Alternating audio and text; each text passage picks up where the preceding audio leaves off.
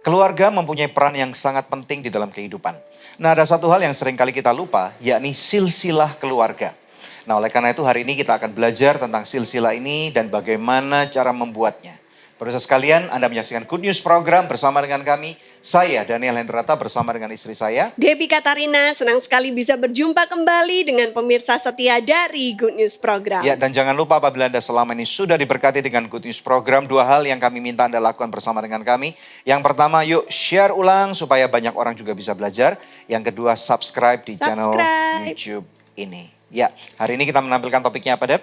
Topiknya adalah pohon keluarga. Jadi kita akan belajar bagaimana caranya supaya kita mengetahui pohon keluarga kita seperti apa. Dan juga manfaatnya. Manfaatnya, cara buatnya bagaimana. Dan cara pemulihannya kalau misalkan ternyata ada yang tidak baik. Yes, dan kita akan mendapatkan kehormatan untuk ditemani loh seorang narasumber siapa nih? Ya, beliau dikenal dengan nama Kak Z waktu siaran di radio di Malang ya. Nah, tapi nama lengkapnya adalah Yuni Zipora. Nah, untuk itu pemirsa, tanpa menunda-nunda waktu lagi, mari sama-sama kita simak satu tayangan video klip yang berikut ini.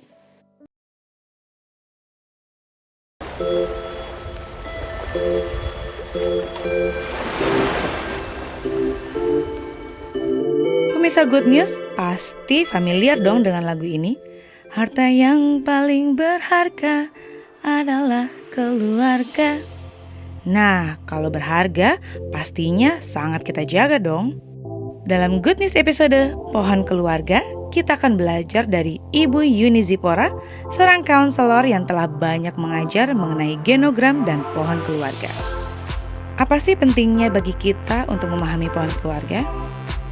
Ternyata, dengan memahami pohon keluarga, kita bisa membereskan masa lalu kita, sehingga kita bisa mewariskan hal dan nilai yang baik untuk anak cucu kita.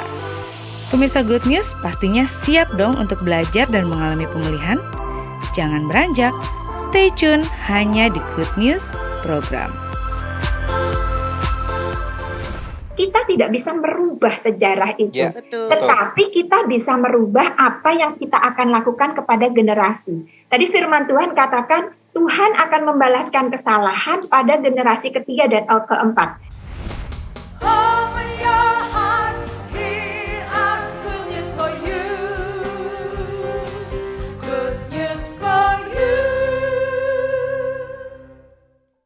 Semarak Mega Undian First Rewards total 1 miliar.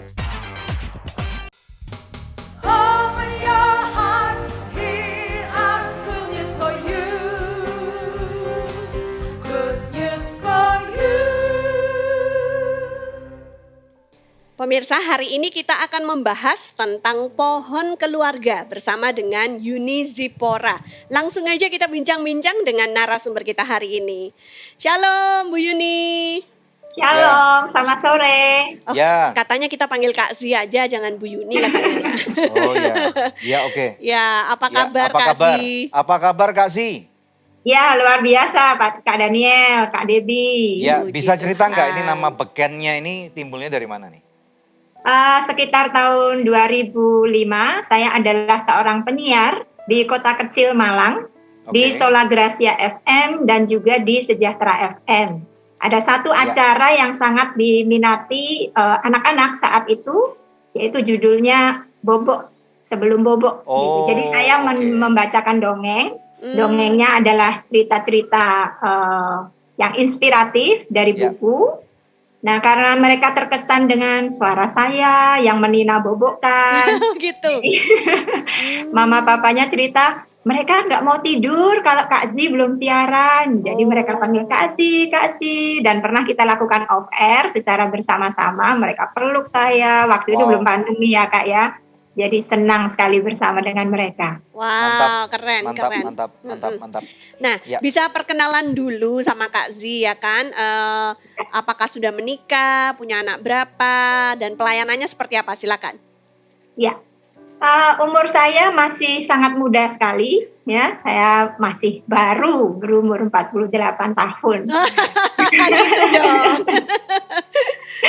Nah, saya seorang istri yang menjadi ibu gembala karena suami saya adalah seorang gembala sidang di GBI Rock Pamulang. Oke. Saya dikaruniai 2 orang putra, 1 putri dan 1 putra, 2 Oke. orang anak ya. Nah, dua-duanya puji Tuhan sekolah di UI.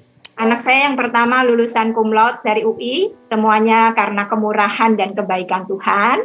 Nah, sekarang sudah tahun ketiga anak perempuan saya bekerja di Manulife sebagai aktuari ya. Wow, nice. Puji Tuhan tahun lalu dia mendapatkan the best employee of the year. Wow, Dan keren. sekali lagi itu semua karena kemurahan Tuhan. Iya. Nah, putra saya yang kedua juga sekolah di UI, saat ini semester 3 karena pandemi ya. Jadi mereka semuanya WFH, ngambil psikologi seperti mamanya. Jadi dia suka sekali mempelajari human, mempelajari manusia. Iya. Keren. Mantap. Iya. Jadi Kak Z ini selain istri gembala sidang juga seorang konselor ya, benar? Betul. Oke. Saya seorang konselor yang berada di 2 yayasan sekaligus. Yang pertama yayasannya Pak Julianto Simanjuntak. Foto saya ada di sana sebagai salah seorang konselor. Lalu saya juga melayani di My Family Center dari GBI Rock. Ya, kita ada My Family Center yang melatih konselor-konselor, lay konselor seperti itu. Keren. Kak Z, hari ini kita tuh kan membahas topiknya tentang pohon keluarga ya. Nah, Ya. mungkin Kak Z bisa berikan sedikit penjelasan pohon keluarga itu apa maksudnya gitu. Iya, karena saya seorang konselor yang fakultinya atau bidangnya adalah keluarga. Jadi Bapak Ibu kalau seorang konselor tuh ada konselor klinis, konselor anak, dan lain sebagainya. Kebetulan Kak Z ini adalah konselor keluarga.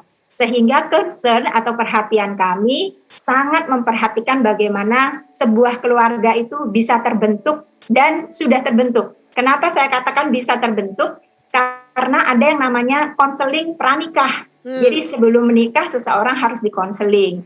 Nah, kenapa dikatakan yang sudah terbentuk? Karena ketika sudah menikah sekalipun, bahkan ada yang sudah kira-kira 40 tahun menikah pun bisa melakukan konseling keluarga. Karena itu topik sore hari ini bagi saya dan juga bagi teman-teman yang sudah mengalami sendiri, sudah dikonseling, mereka sangat menyadari bahwa topik ini sangat-sangat penting, baik untuk orang yang baru mau menikah, menjalani sebuah hubungan untuk persiapan menikah, maupun yang sudah puluhan tahun menikah atau yang 5-10 tahun menikah. Kira-kira begitu Kak Debbie.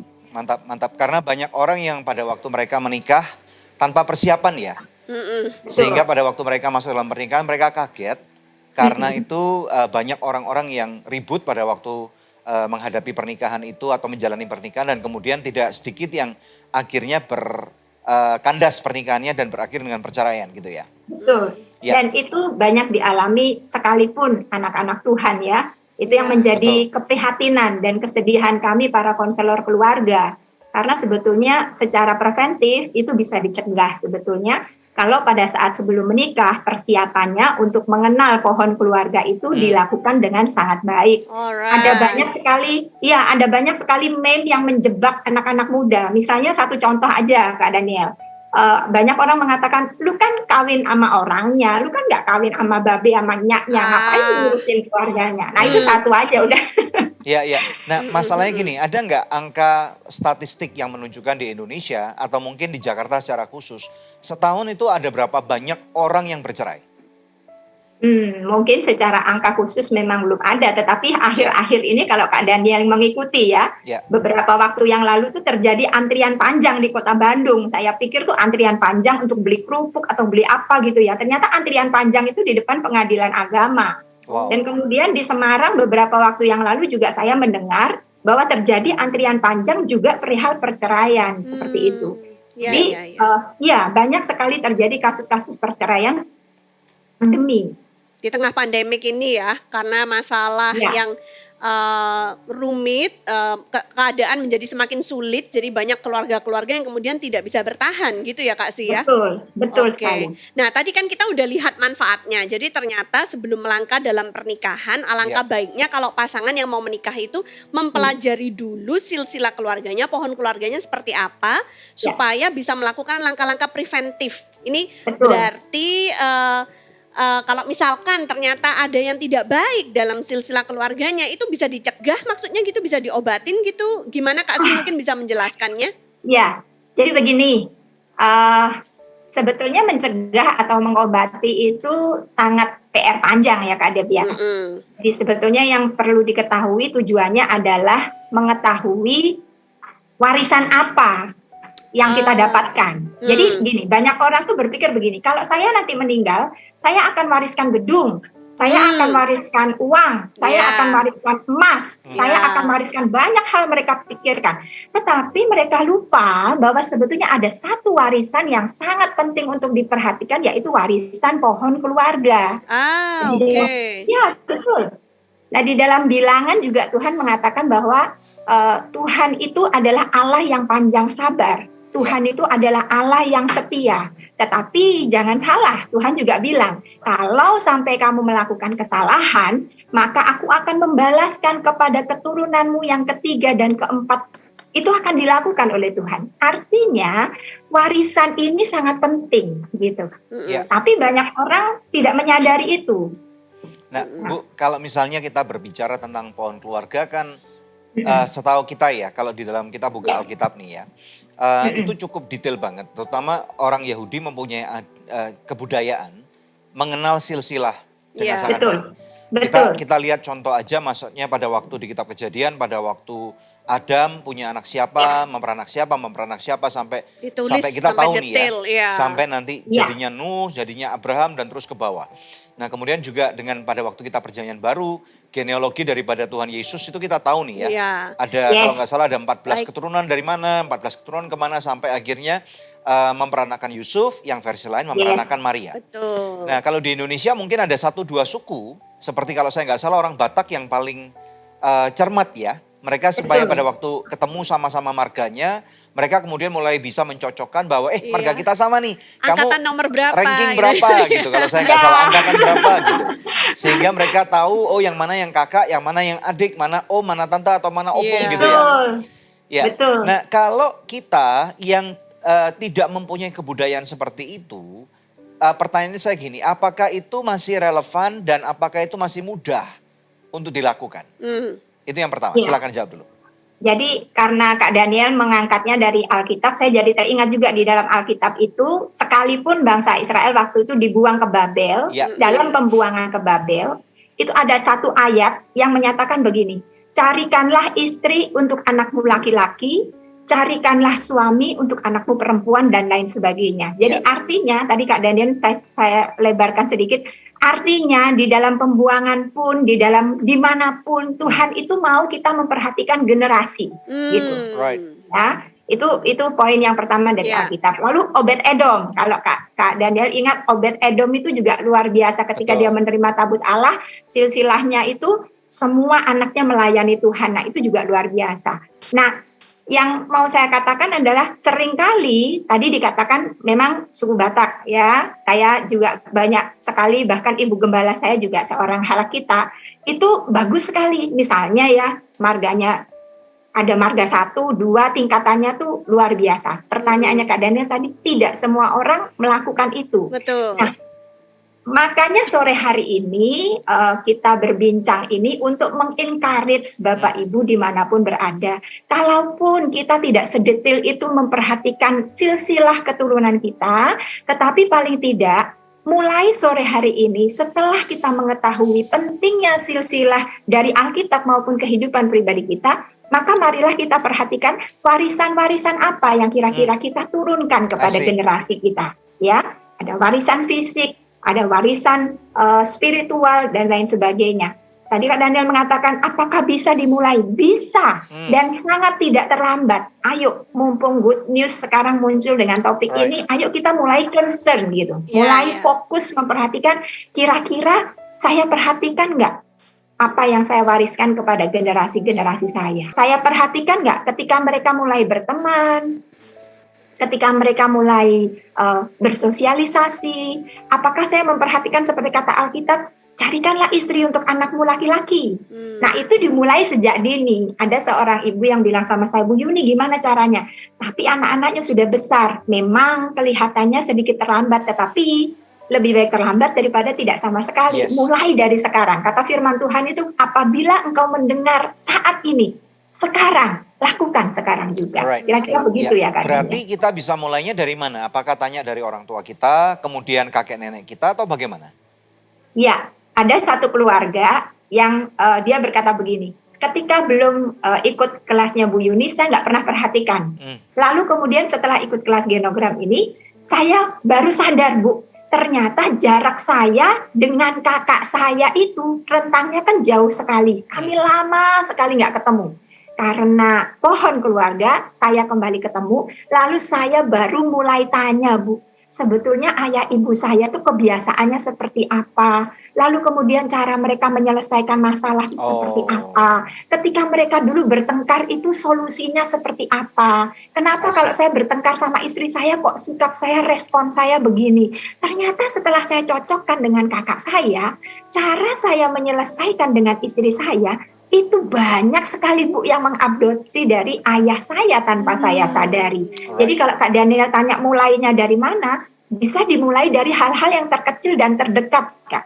Oke, I see. ya, Ya. ya. Berarti kita mesti trace back gitu ya. Jadi kita Betul. tanya sama orang tua kita, lalu Ya. tentang opa oma dari kedua sisi, seperti itu ya kira-kira ya Bu ya.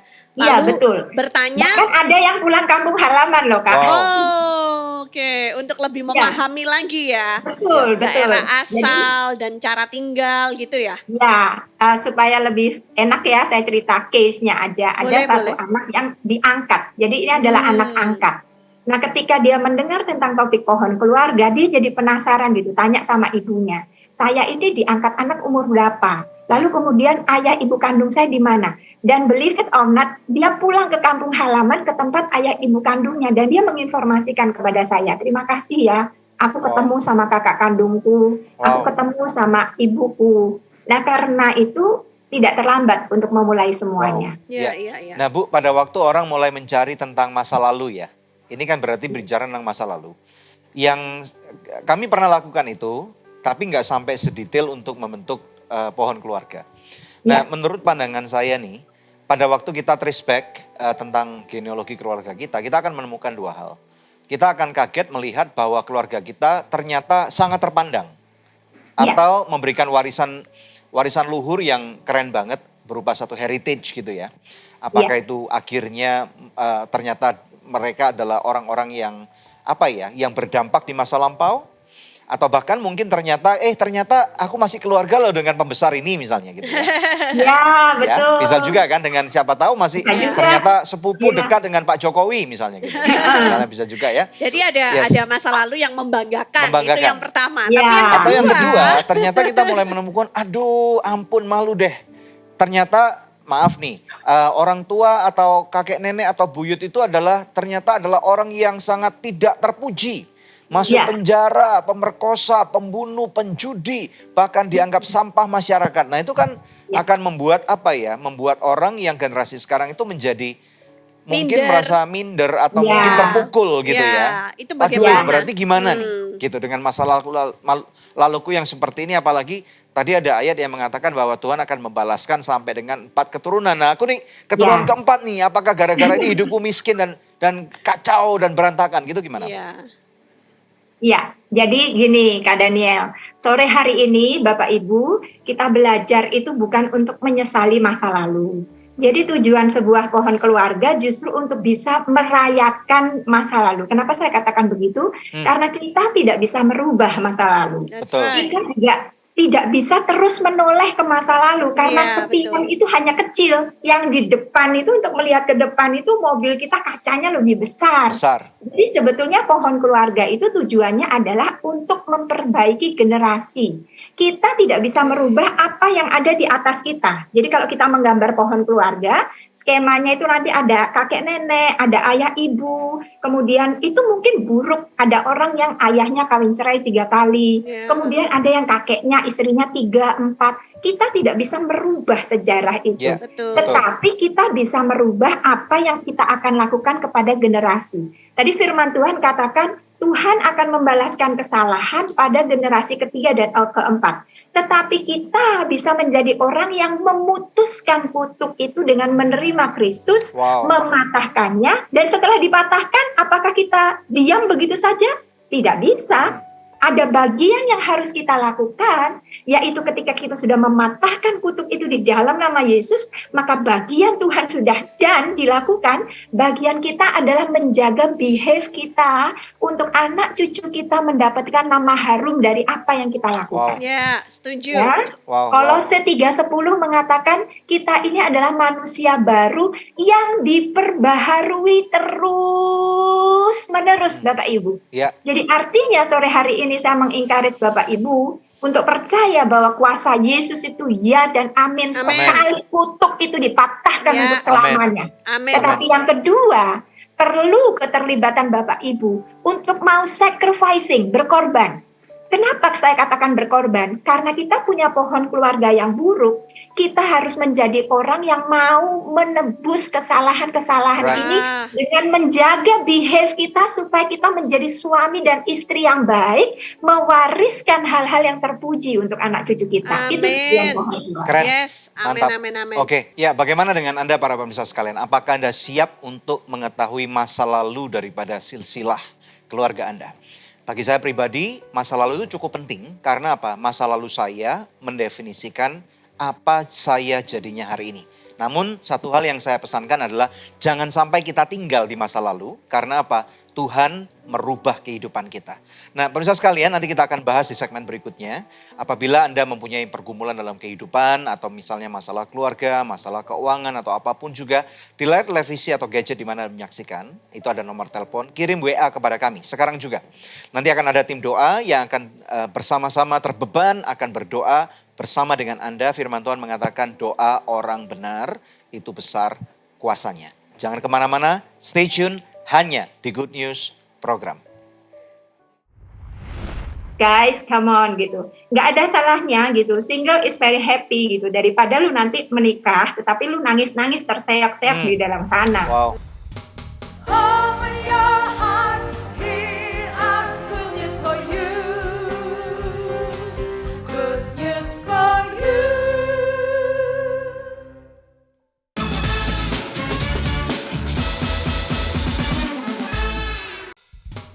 Open your heart, hear our good news for you. Good news for you. Ya, pemirsa sekalian, pohon keluarga ini penting banget ya. Kalau kita ngelihat sebuah pohon, kalau bibitnya bagus, maka seringkali kita akan mendapati bahwa buahnya juga bagus. Nah, ternyata hal ini selaras juga dengan apa yang terjadi pada kehidupan kita. Nah, biasanya nih ya, yang paling populer tuh orang Jawa bilang nih, ada bibit, bobot, bebet. Nanti Iya. saya mau tanyakan kepada narasumber Kak kita Zi. nih, Kak Zini. Orang Jawa bilang bibit, bobot, bebet. Apakah ini sama dengan yang maksud dengan yang kita bicarakan hari ini? Silakan. Ya, kurang lebih sih sebetulnya sama ya Kak. Jadi ada satu teori dari Bosormenyi itu mengatakan bahwa di dalam ikatan darah kita ini ada namanya kesetiaan tersembunyi gitu. Kesetiaan. Nah, salah satu jebakan adalah kita selalu merasa bahwa kita kan nikah sama calon kita. Kita nggak memperhatikan bagaimana keluarganya. Apalagi zaman sekarang, zaman now gitu. Anak-anak milenial, aduh kuno deh Kak sih ngomongin bibit, Yes. bebet lagi gitu. Tapi pada akhirnya ketika mereka mengalami permasalahan di dalam kehidupan pernikahan, saya harus dengan jujur mengatakan tarik garisnya pasti ke situ Kak. Karena di dalam pohon keluarga itu ada dua hal, yaitu nature dengan nurture. Nature adalah DNA yang dia dapat dari kedua orang tuanya. Sedangkan nurture adalah pola asuh. Bagaimana dia dibesarkan, lingkungannya, dan lain sebagainya. Dan itu sangat-sangat mempengaruhi bagaimana seseorang memandang, bagaimana Ya. seseorang berespon, bagaimana seseorang menyelesaikan masalah, berkomunikasi, dan lain sebagainya. So, saya mau ngomong sama millennials, I love you guys. Benar, Kak Zi ini orang yang sangat-sangat katanya teman-temannya anak-anak saya, enak ya, nyak lu gaul banget orangnya gitu. Saya sering hang out sama mereka, tapi saya bilang, guys, come on gitu. Nggak ada salahnya gitu, single is very happy gitu. Daripada lu nanti menikah, tetapi lu nangis-nangis terseok-seok di dalam sana. Wow. Lu menikah, lu mesti mempelajari dengan baik keluarganya seperti apa. Oh, Iya. Itu oke. penting. Nah, Ya. berarti ini pada waktu even to the point mereka belum masuk pada relationship ya?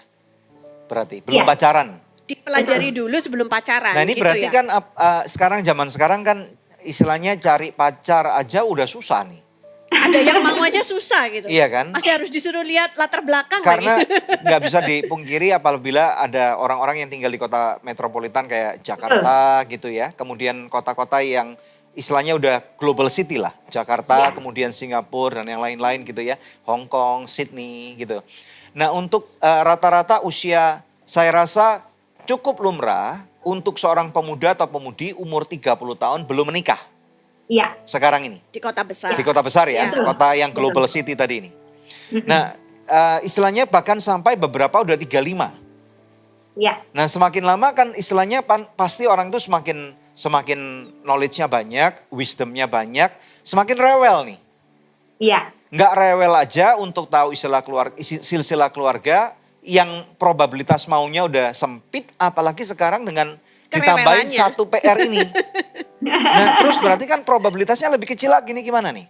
Ya, karena believe it or not, anak saya aja sekarang Noni tuh udah umur 24 tahun dan belum pernah berpacaran sama sekali, Kak Daniel. Kenapa? Bukan karena nggak laku ya, bukan karena nggak belum laku dia juga, pakai bukan. mata bioniknya langsung men-screening gitu. Ini nggak layak, Iya, nggak layak. Karena Gitu. dia udah belajar dari mamanya tentang pohon keluarga gitu, dan kita mempelajari pohon keluarga ini di keluarga kita cukup cermat sekali dan mereka sangat paham tentang pohon keluarga. Sebetulnya Jadi nggak saya sembarang sering milih. tanya sama anak-anak muda milenials, siapa sih yang ngomong menikah itu harus ada rate-nya gitu, 20, 25, 30, 35. Who did it gitu? Siapa yang bikin tuh rate-rate seperti itu? Budaya. Nah, betul kan? Budaya kan gitu. Mm-mm. Nah, firman Tuhan katakan adalah mereka akan meninggalkan ayahnya dan ibunya dan menjadi satu daging. Artinya ketika mereka meninggalkan ayahnya dan ibunya, kata meninggalkan berarti ada satu kata yaitu good preparation, Kak, di sana. Alright. Karena Ya, kan ya. mereka meninggalkan nurture-nya, mereka meninggalkan asuhan dari orang tuanya. Artinya Ya. mereka bisa mandiri, mereka bisa melakukan itu semuanya sendiri gitu. Jadi milenial seperti yang Kak Daniel katakan tadi betul sekali. Karena mereka melihat bahwa apalagi sekarang WFH ya, pandemi ya. Jadi mereka berhubungan dengan gadget, dengan media dan lain sebagainya. Tetapi apakah itu menjadi satu kendala atau hambatan untuk mereka menikah? Sebetulnya no. Saya selalu bilang sama anak muda, Ya. make a big relationship. Bikinlah sebuah hubungan yang sangat luas dengan banyak orang, dengan semua orang. Not even the people or the guys that you like. Tidak hanya orang yang kamu sukai, cintai itu. Tetapi juga papanya, juga mamanya. Halo om, selamat sore tante, apa kabar, dan lain sebagainya. You have to know gitu. Jadi ketika kita membuka relasi dengan banyak orang, nah ngomong pola relasi ini berbeda-beda kalau ngomongin panjang Kak Den. Wow. Ada orang tuh yang membuat pola relasi itu begitu terbatas dengan mengatakan stranger, jangan ini, jangan ini, dan ini. Iya, iya. Ya. Bahkan ada beberapa anak perempuan tuh datang kepada saya dan mengatakan, mama saya tuh sangat-sangat care, tetapi care-nya tuh kebablasan tante sampai saya nggak boleh relationship sama orang. Nah itu juga tidak menjadi hal yang bagus buat anak-anak iya. kita. Ya. So open your relationship gitu, Ya. sama orang tuanya, sama om tante semuanya. Nah, Kak Si, sekarang saya mau nanya nih ya, on behalf of the millennials. Kalau misalkan udah terlanjur tresno, udah terlanjur cinta gitu kan ya. Terus gimana? Ternyata ketika membuat pohon keluarga, ketahuan nih, kamu mewarisi hal-hal yang gak baik ternyata dari leluhur kamu, dan sebaliknya pasangannya juga begitu. Apakah berarti lebih baik mereka berpisah saja sebelum masuk dalam pernikahan, ataukah pohon keluarga yang tidak baik itu bisa dibenahin? Apakah mereka berdua bisa dibekali sebelum masuk ke dalam pernikahan sehingga mereka sudah tahu nanti ini kecenderungannya ya bakal terjadi gini karena garis keluarga kamu, dan kalau aku kecenderungannya akan begini belajar dari garis keluarga aku. Nah, kita harus bisa melakukan ini. Apakah ada step-stepnya seperti itu, Kak Zi? Ya, jadi gini Kak Debbie, di dalam Alkitab tuh dikatakan yang paling penting untuk menikah adalah kesepakatan. Ya, di dalam Matius 19:18 itu dikatakan di mana dua orang sepakat maka mereka meminta apapun juga Bapakku yang di surga akan memberikannya. That's right. Ya, saya kenal satu pasang anak muda yang dua-duanya dari keluarga broken home. Tetapi ketika mereka bilang sepakat, yuk kita bergandeng tangan, kita akan berdarah-darah nih. Ini bukan perjalanan Disneyland loh. Tidak ada happily ever after ya gitu. Tapi kita akan berdarah-darah bersama-sama menyadari bahwa aku dari keluarga yang seperti ini, kamu seperti itu. Sehingga tujuan dari pohon keluarga ini adalah memahami kepribadian dari pasangan kita. Memahami bagaimana dia berespon, memahami bagaimana dia memiliki warisan-warisan yang kita sadari memang dia memiliki warisan itu. Dan saya bersedia bergandeng tangan bersama dengan dia untuk melakukan terapi bersama-sama. Kalau di dalam konseling itu ada yang namanya terapi keluarga. Tetapi sebelum melakukan terapi keluarga, yang harus disehatkan adalah diri kita sendiri dulu.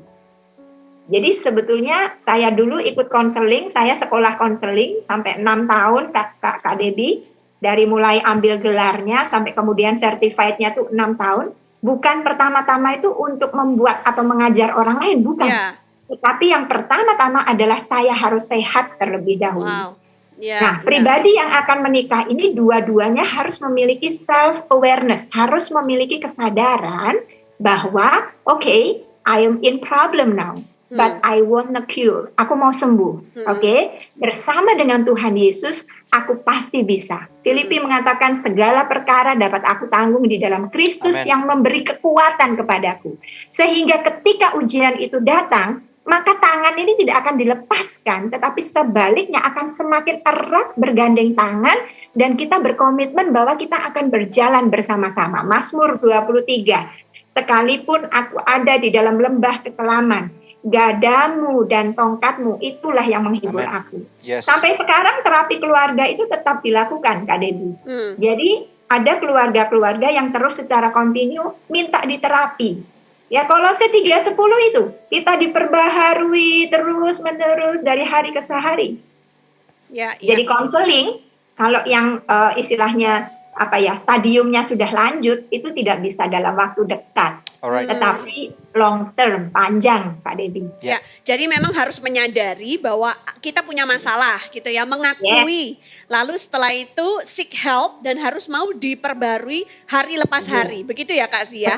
Gak bisa bilang, oh enggak kok aku gak punya masalah gitu kan. Banyak orang yang in the stage of denial. Mereka merasa mereka tidak bermasalah atau mereka menyalahkan pasangannya. Pasanganku nih yang salah, pasanganku nih yang bermasalah. Tidak pernah merasa dirinya sendiri bermasalah. Bagaimana Kak Zia?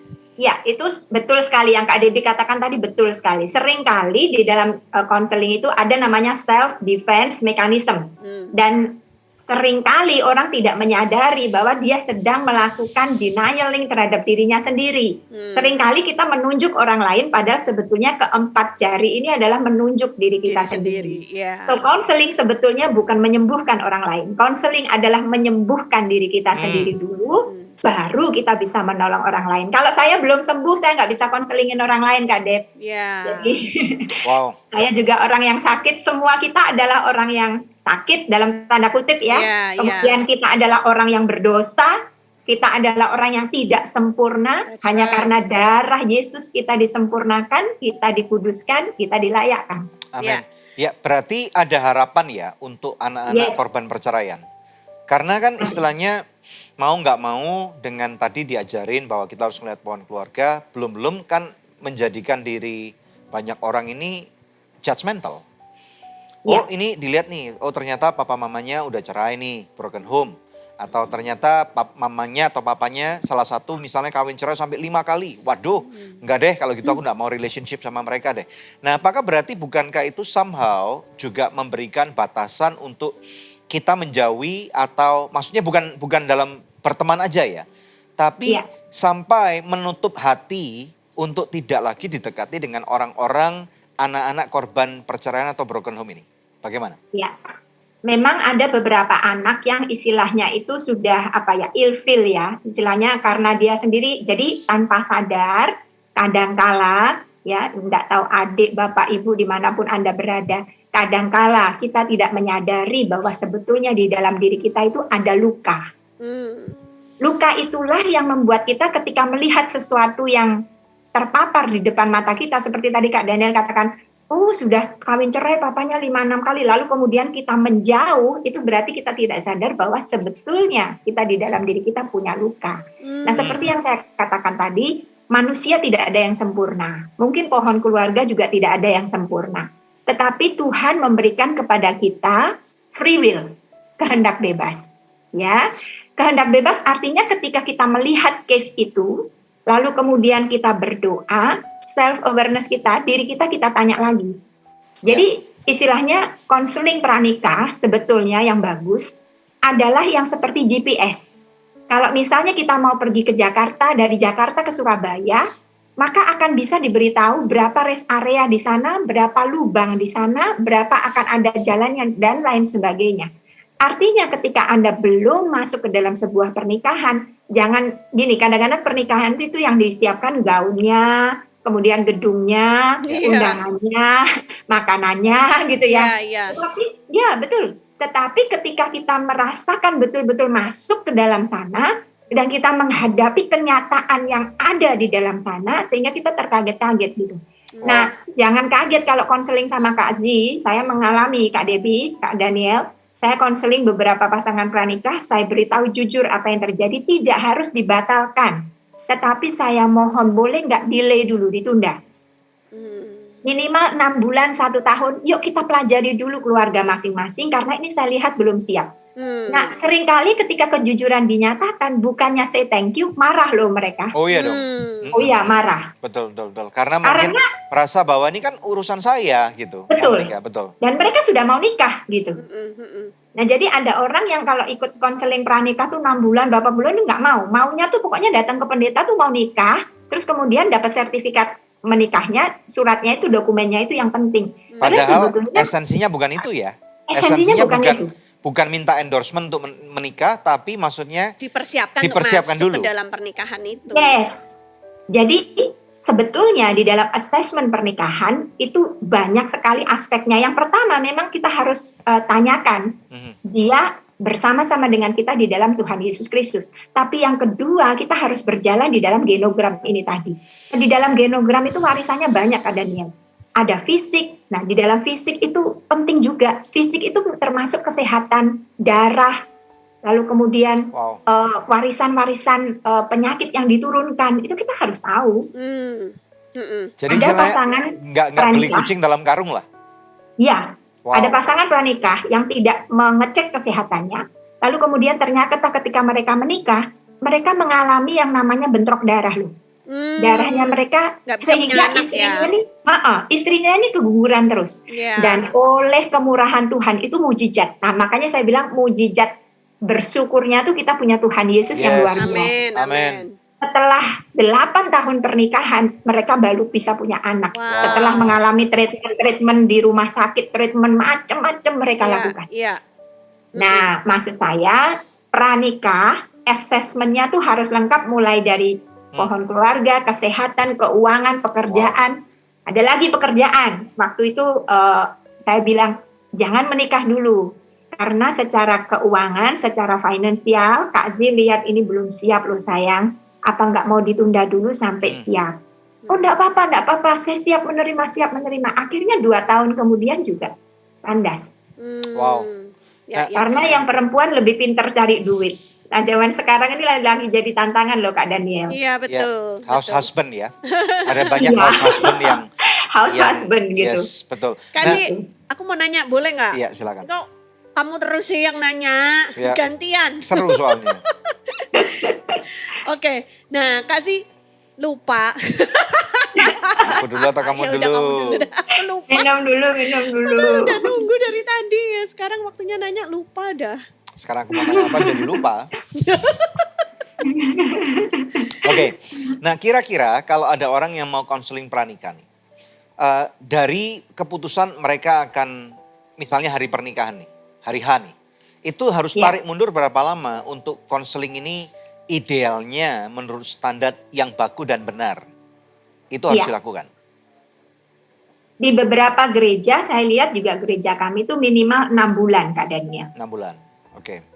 Ya, tapi jujur ya di lapangan tuh banyak yang istilahnya tuh bahasa Jawanya mekso gitu. Minta Waduh, cepet ini ya? sudah pesan gedung, iya, udah pesan gedung, udah ini bisa nggak 3 bulan? Ada lagi yang 1 bulan, ada lagi berapa? Padahal sebetulnya PR-nya bahkan ada panjang. yang ini sudah ada isinya gitu, Waduh, gawat. ya kan? Udah semakin kokot di depan ya. semakin ditunda semakin besar perutnya gitu. Gimana? Nah kalau kayak gitu gimana yo? Jadi Kak Daniel percaya nggak percaya kalau misalnya udah di postcode tuh married by accident, kalau misalnya bersedia mengeksplorasi, tarik garis ke atas, Ya. pasti ada tuh 4 keturunan minimal ke atas pasti ada Wow. yang mewariskannya. Wow, baru tahu loh Jadi ya. firman Tuhan itu luar biasa. Firman Tuhan itu luar biasa. Kalau kita melakukan kesalahan, pasti itu turun dan kita harus Kecuali putus.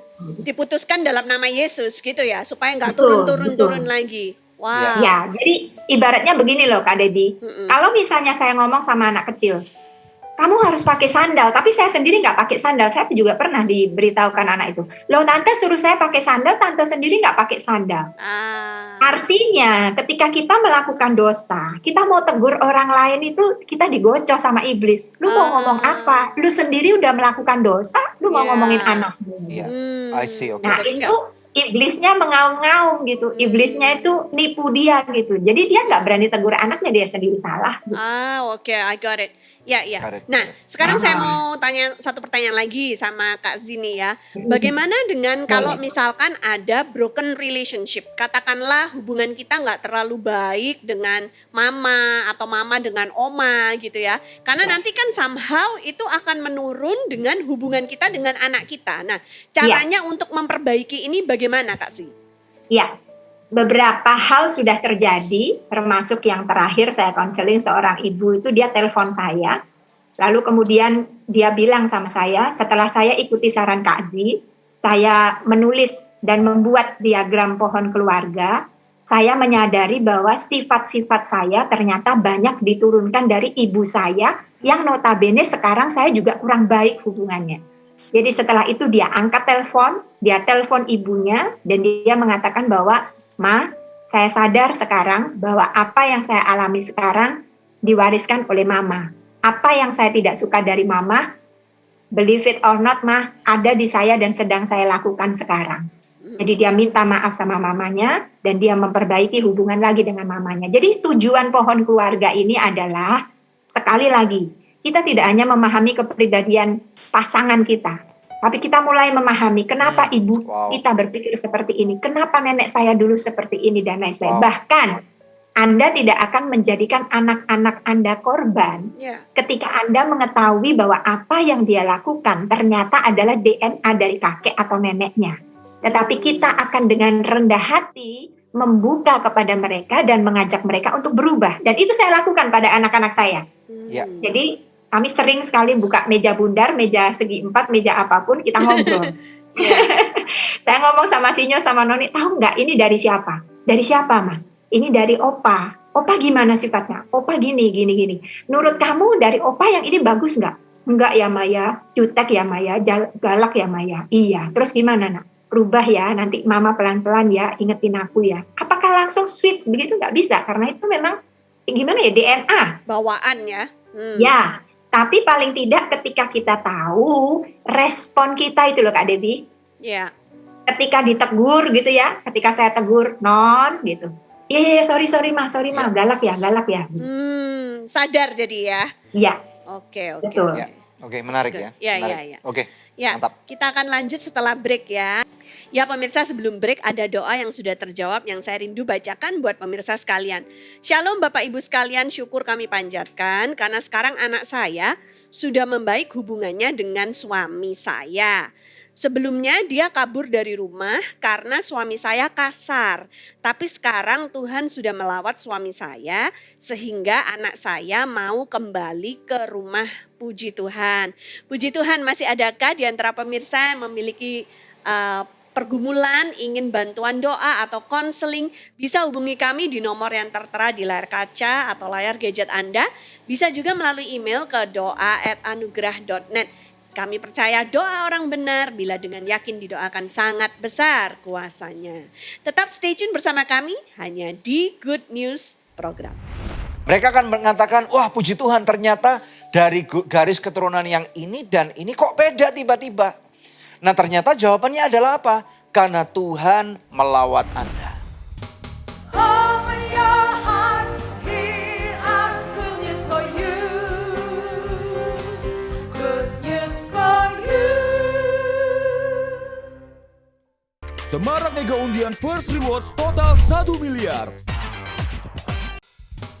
Open your heart, hear our good news for you. Good news for you. Masih bersama kami di Good News Program. Kita lanjut bincang-bincang dengan narasumber kita yaitu Yuni Zipora atau Kak Z tentang pohon keluarga. Nah Kak Z mungkin sebagai penutup bisa diajarkan kepada kami semua pemirsa di rumah juga bagaimana sih caranya membuat bagan pohon keluarga. Silakan. Ya, baik Bapak Ibu, ada beberapa elemen dalam bagan pohon keluarga. Akan kita tampilkan sesaat lagi kepada Bapak Ibu semuanya. Ya. Untuk laki-laki, kita akan memakai bentuk segi 4. Lalu kemudian untuk lambang perempuan, kita memakai lingkaran. Nah, sedangkan untuk hubungan antara satu bagan dengan yang lain, kita memakai garis. Ada garis yang hanya satu, itu artinya hanya berhubungan. Lalu kemudian kalau garisnya ada 2, itu artinya hubungannya lebih erat lagi. Nah, kalau hubungannya itu sangat dekat sekali, maka Bapak Ibu bisa memakai garis 3, ya. Tetapi kalau sudah tidak berhubungan, bisa juga karena perceraian, bisa juga karena beliau almarhum, Bapak Ibu bisa memakai garis yang dicoret 2 kali, ya.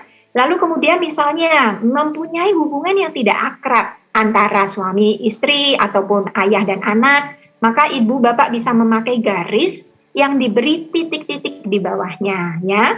Nah, kemudian kalau ada hubungan yang sedang dalam permasalahan atau sedang dalam masalah, Bapak Ibu bisa memakai garis dengan zigzag, ya, ada garis zigzag di antaranya. Itu menunjukkan bahwa hubungannya sedang ada dalam masalah. Nah, berikutnya kalau kita sudah mempelajari elemen-elemennya, saatnya kita sekarang membuat pohon keluarganya, ya. Nah, contoh pohon keluarga seperti ini, seperti yang Bapak Ibu lihat di layar. Saya sudah membuatkan contoh pohon keluarga. Mungkin bisa dimulai dari kakek dan nenek, ya. Nah, untuk laki-laki tadi saya katakan segi 4, lalu kemudian ada lingkaran. Di situ juga ada garis yang diberi garis zigzag, berarti antara kakek dan nenek hubungannya kurang baik. Nah, di sebelahnya juga ada kakek nenek yang memakai garis yang dicoret 2 kali, artinya berarti sudah tidak berhubungan lagi. Nah, Bapak Ibu, di dalam pohon keluarga ini, apa sih Bu Yuni gunanya setelah digambar, kenapa? Silahkan beberapa konseli saya ajarkan untuk menuliskan di sampingnya. Jadi esensi membuat gambar pohon keluarga bukan cantiknya Bapak Ibu, bukan betulnya Bapak Ibu. Jadi bukan, pohon keluarga harus gimana, bukan. Tetapi di situ Bapak Ibu menemukan nature dan nurture. Nature adalah DNA yang Bapak Ibu dapatkan. Misalnya, saya ini temperamental Bu, pendek sumbu saya. Kalau saya marah, selalu saya bentak, banting meja. Nah itu coba diingat-ingat, Bapak Ibu dapatnya dari siapa, sifat-sifat itu dari mana. Nah tuliskan di sampingnya. Nah ternyata saya mendapatkan ini dari ayah saya misalnya. Lalu juga ada seorang anak yang atau seorang cucu yang mengatakan, saya ingin punya anak yang banyak sekali. Nah, ayahnya bingung karena ayahnya anaknya cuma 2. Lalu ternyata anak ini mewarisi dari kakeknya karena kakeknya suka sekali anak banyak gitu ya, 10, 12 gitu. Nah itu ditulis, ditulis di situ. Oh ternyata saya seperti kakek ya, suka sekali kalau keturunan banyak. Nah ditulis di situ. Nah Bapak Ibu, nurture-nya, pola asuhnya seperti apa, nilai-nilai yang Anda warisi apa, lalu kemudian tradisi-tradisi apa. Misalnya contoh, ada keluarga yang ketika bertengkar dengan istrinya, diam-diaman selama 6 bulan nggak berbicara sama sekali. Wow.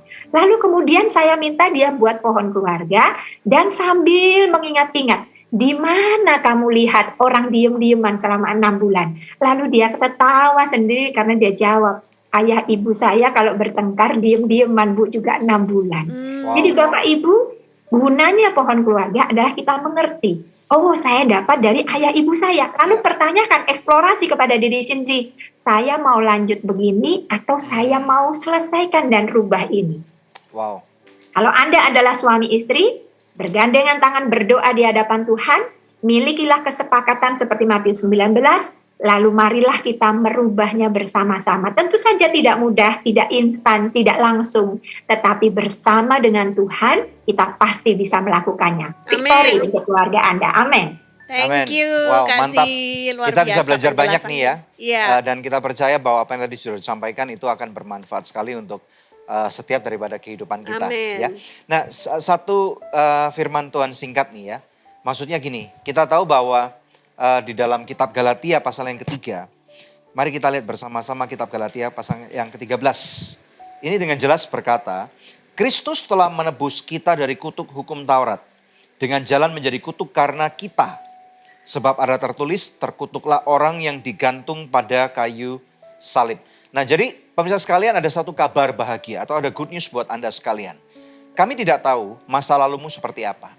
Mungkin setelah Anda membuat genealogi keluarga ini atau pohon keluarga, Anda mulai menemukan ada hal-hal yang nggak enak gitu loh ya. Bahwa masa lalumu ternyata nggak baik, orang tuamu nggak baik, punya budaya yang sangat jelek. Bahkan mungkin dari buyut-buyut yang di atas itu 2, 3, 4 generasi itu istilahnya bahkan memalukan sekali. Ya, dan Anda merasa bahwa oh ini toh kenapa hidup saya sekarang kok susah. Ada kabar bahagia buat Anda bahwa Kristus sudah menebus setiap kutuk yang ada. Amin. Keputusan ada di tangan Anda, keputusan ada di tangan saya. Kalau kita menemukan ada sesuatu yang tidak baik, maukah sekarang Anda menjadi generasi yang pertama untuk punya kuasa, kasih karunia yang Tuhan berikan untuk merubah. Darah Yesus memotong daripada Amin. kutuk-kutuk itu yang ada. Sehingga masa depanmu bersama dengan anak dan cucu-cucumu, mereka akan berbangga akan kehidupan. Amin. Mereka akan mengatakan, wah puji Tuhan ternyata dari garis keturunan yang ini dan ini kok beda tiba-tiba. Nah ternyata jawabannya adalah apa? Karena Tuhan melawat Anda. Nah kalau ini adalah jawaban yang Anda cari selama ini dan Anda mencari bagaimana caranya merubah nasib, merubah jalan kehidupan, ini jawabannya. Kristus sudah mati di kayu salib dan dia menanggung kutuk yang ada. Pertanyaan saya sebagai penutup adalah, maukah Anda menerima Yesus sebagai Tuhan dan Juru Selamat? Kalau misalnya mau, puji Tuhan. Yang kedua, maukah Anda membuat keputusan yang benar untuk menghidupi kehidupanmu sesuai dengan apa yang firman Tuhan katakan? Kalau dua jawabannya ini Anda berkata, ya saya mau, saya ajak Anda berdoa. Yuk kita berdoa bersama-sama. Bapa dalam nama Tuhan Yesus Kristus, berdoa untuk pemirsa Good News. Mereka yang tahu masa lalu keluarga mereka tidak baik. Pohon keturunan mereka bahkan bisa dikatakan busuk. Tuhan, firman-Mu menjanjikan bahwa Engkau mati buat menanggung kutuk-kutuk dosa kami. Oleh karena itu Bapa, dalam nama Tuhan Yesus Kristus, aku melepaskan kasih karunia-Mu kepada anak-anak-Mu ini. Tuhan, Engkau sanggup mematahkan masa lalu yang buruk. Semua kutuk Engkau sudah bayar lunas. Engkau terima sekarang, hai anak-anak Tuhan. Engkau yang punya keberanian untuk menghampiri tata kasih karunia dengan darah daripada Tuhan Yesus Kristus. Engkau terima sekarang. Terima, engkau adalah ciptaan yang baru, yang lama sudah berlalu. Dan engkau akan hidup dengan kebenaran firman Tuhan. Engkau, anak cucumu, engkau akan melihat bagaimana Tuhan akan merubah kehidupanmu. Hidupmu akan berbuah, berdampak demi kemuliaan nama Tuhan. Engkau terima ini, memberkati kehidupan mereka Bapa. Biarlah Tuhan apa yang sudah diperdamaikan dengan kerajaan surga tidak dapat lagi dibatalkan oleh tingkah laku manusia. Terima kasih Bapa, terpuji namamu kekal untuk selama-lamanya. Dalam nama Tuhan Yesus Kristus kami terima berkat ini. Yang percaya dan sudah diberkati Tuhan, katakan amin. Amin, Haleluya. amin, amin. Puji Tuhan. Puji Tuhan pemirsa, terima kasih untuk kebersamaan kita 1 jam ini. Yes. Kita akan jumpa lagi ya di pekan yang akan datang di hari, jam, dan stasiun televisi yang sama. Saya Debbie Katarina bersama dengan suami saya. Daniel Hendrata, terima kasih dan semoga apa yang disampaikan ini benar-benar akan merubah kehidupan Anda. Be blessed, Tuhan Yesus. Tuhan Yesus memberkati.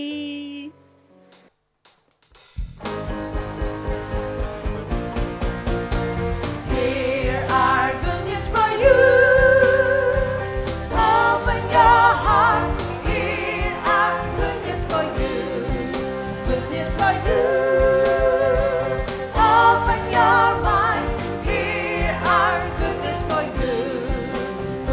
for you. Open your eyes, hear our good news for you. Good news for